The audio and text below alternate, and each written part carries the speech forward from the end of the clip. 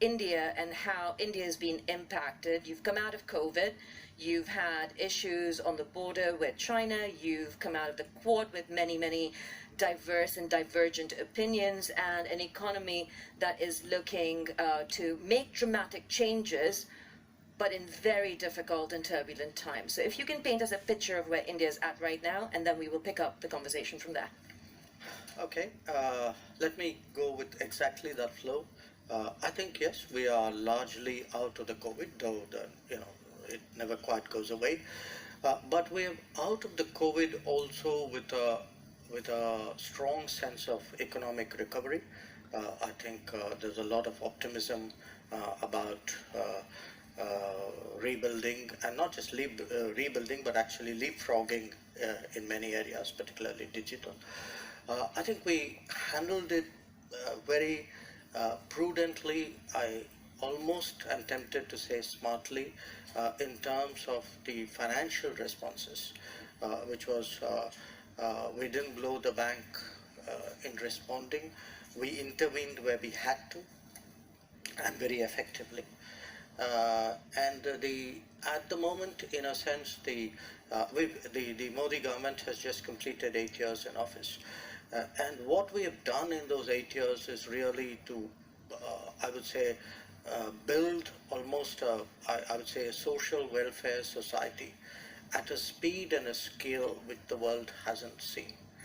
And in some ways, the COVID has actually hastened that. I mean, we are, for example, as an example, we are giving food support to 800 million people, and we've been doing this for more than 2 years. So that's like the population of the US and EU put together. We have a publicly supported house ownership program, which covers about 115 million beneficiaries, which is almost like building houses for Japan. Or even if you look at terms of this campaign, this program actually to replace firewood with gas cooking, it's impacted 80 million people. That's like changing Germany's kitchen in the space of a few years. So there's a lot going on there, and why I mention that is many of the global developments today have the potential of actually putting that under stress. Your second reference was to China. Yes, we are going through a particularly difficult patch in our relationship with China. We've had differences in the past, but we've never had a situation where, after 1962, where really agreements on not bringing forces to the border have been disregarded. A very large number of forces have been brought to the border. We've had a clash. People have died.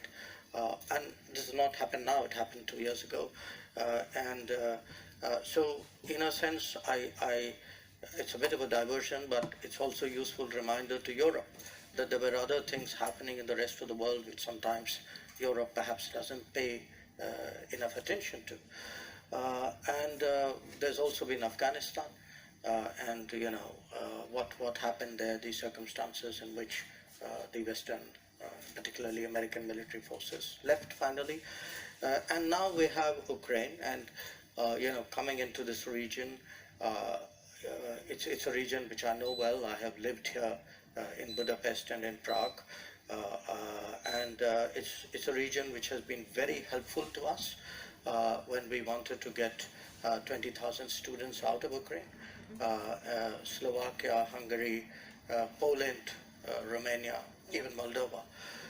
But I think it's also important for people in the region to realize how this is playing out in the rest of the world, that it is creating a huge fuel crisis, a food crisis, a fertilizer crisis, pushing inflation in low-income societies which don't have the margins really to absorb that.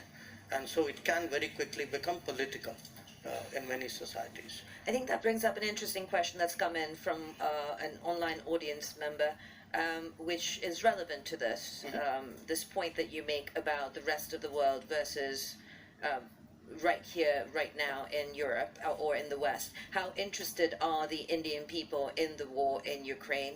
Is it a major concern? Is it a minor concern? You've kind of alluded to the fact that it's affecting fuel, it's affecting food, but how interested is the populace itself? I think it's a major concern. It's a major concern for two reasons. Look, today our existence is very connected. I mean, everybody sees things on the television, on their phones, on the net. So wherever you are, and because bear in mind today India is a is a very digital society. Even people at lower levels of income, the one thing they do have is the connectivity. So there is a lot of awareness. I don't think anybody, I mean, everybody is, I mean, to put it mildly, disturbed uh, at the conflict. I mean, they see the pictures, they see that happening. But the other part of it has begun to impact people's daily lives. That it's impacting the petrol cost at the bunk. It is impacting your wheat cost in your shopping. It will have impact for farmers to get along with sowing, and I think businesses of when it impacts business, because it is impacting business in multiple ways. I mean, there's a container problem, there's an insurance problem. You don't get certain commodities, or if you do, the prices are up. So it's disrupting uh, life, and it's not a unique causal disruption. I mean, at the same time, I think some of the lockdowns in China are also having an economic impact. So, but when you disrupt the economy, it shows up in employment. So I think it does trouble people. I mean, trouble people is a very. Well, it's a job of a government. I understand it would trouble people. I think it troubles people in the West as well when cost of living crisis starts hitting. At some point, when you look at global supply chains, this is a very different world in 2022 that we operate in versus, say, in 1991 pre-liberalization, when India could afford to stand by non-alignment as it was defined then. I think a lot of critics would ask you the increase in your oil imports that have happened between 2021 and 2022, it's 9 times higher as of this month. You have been questioned in terms of that increased oil import from Russia, $95 a barrel for Russian oil, 119 approximately for Brent crude. Is that profiteering? Is that looking out for your own interest? What does that really mean for foreign policy in India? And how do you tie non-alignment with 9 times more oil imports out of Russia? How do you make the two meet? Well, look, first of all, honestly, uh, I don't see a non-alignment oil connection at all. I mean, today Europe is buying oil, Europe is buying gas. I just read the new package of sanctions. Now, the package is designed in a way in which consideration has been given to the welfare of the population. So, pipelines have a certain carve out. And timelines have been given. It's not like tomorrow morning everything's going to be cut off. So, people need to understand, if you can be considerate of yourself, surely you can be considerate of other people. So, if a Europe says, look,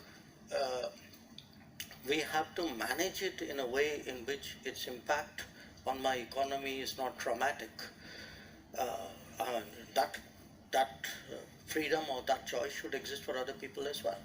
Now, in terms of our oil purchases, we don't send people out there saying go buy Russian oil.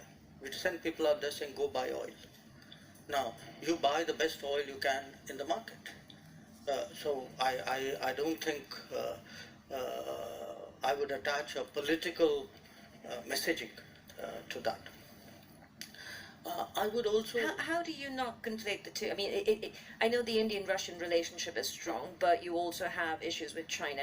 How do you then sit back and define Indian foreign policy at this point where the West seems to be quite vociferous in trying to curtail funding for the war in Ukraine, whereas by purchasing this oil for national interest, India is being asked, are you funding this war?